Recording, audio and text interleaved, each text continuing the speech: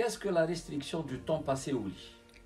L'objectif de cette technique non médicamenteuse dans le cadre de la prise en charge de l'insomnie consiste à réduire le temps passé au lit par rapport au temps du sommeil efficace. Rappelons qu'un insomniaque dort souvent tôt et traîne le matin au lit, et pourtant quand on lui pose la question, il ne dit avoir dormi que quelques heures. Quelles sont les mesures à appliquer? Réduire le temps passé au lit au temps réservé réellement au sommeil, pour chasser toutes ces impuretés nocturnes qui constituent l'insomnie d'endormissement, l'insomnie de réveil nocturne et l'insomnie de réveil précoce. Le but, c'est maintenir un réveil fixe et retarder l'heure du coucher sans jamais descendre en dessous de 5 heures.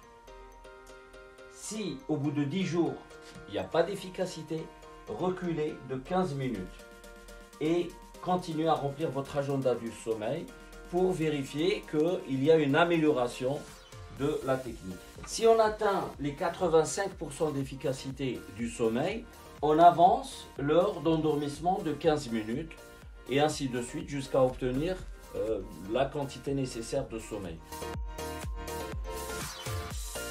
C'est une technique qui est difficile car elle entraîne une dette de sommeil qui peut être responsable d'une somnolence diurne excessive. Il est parfois nécessaire de faire un arrêt maladie de quelques jours pour éviter des accidents qui sont dus à la somnolence. La difficulté reste à convaincre le patient à continuer à pratiquer des horaires très contraignants.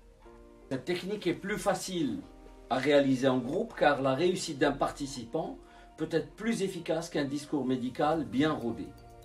En conclusion, la prise en charge des insomnies consiste d'abord à améliorer la qualité du sommeil, puis la quantité du sommeil. L'objectif n'est pas de dormir longtemps, mais de dormir efficacement. La restriction du temps passé au lit reste une technique provisoire.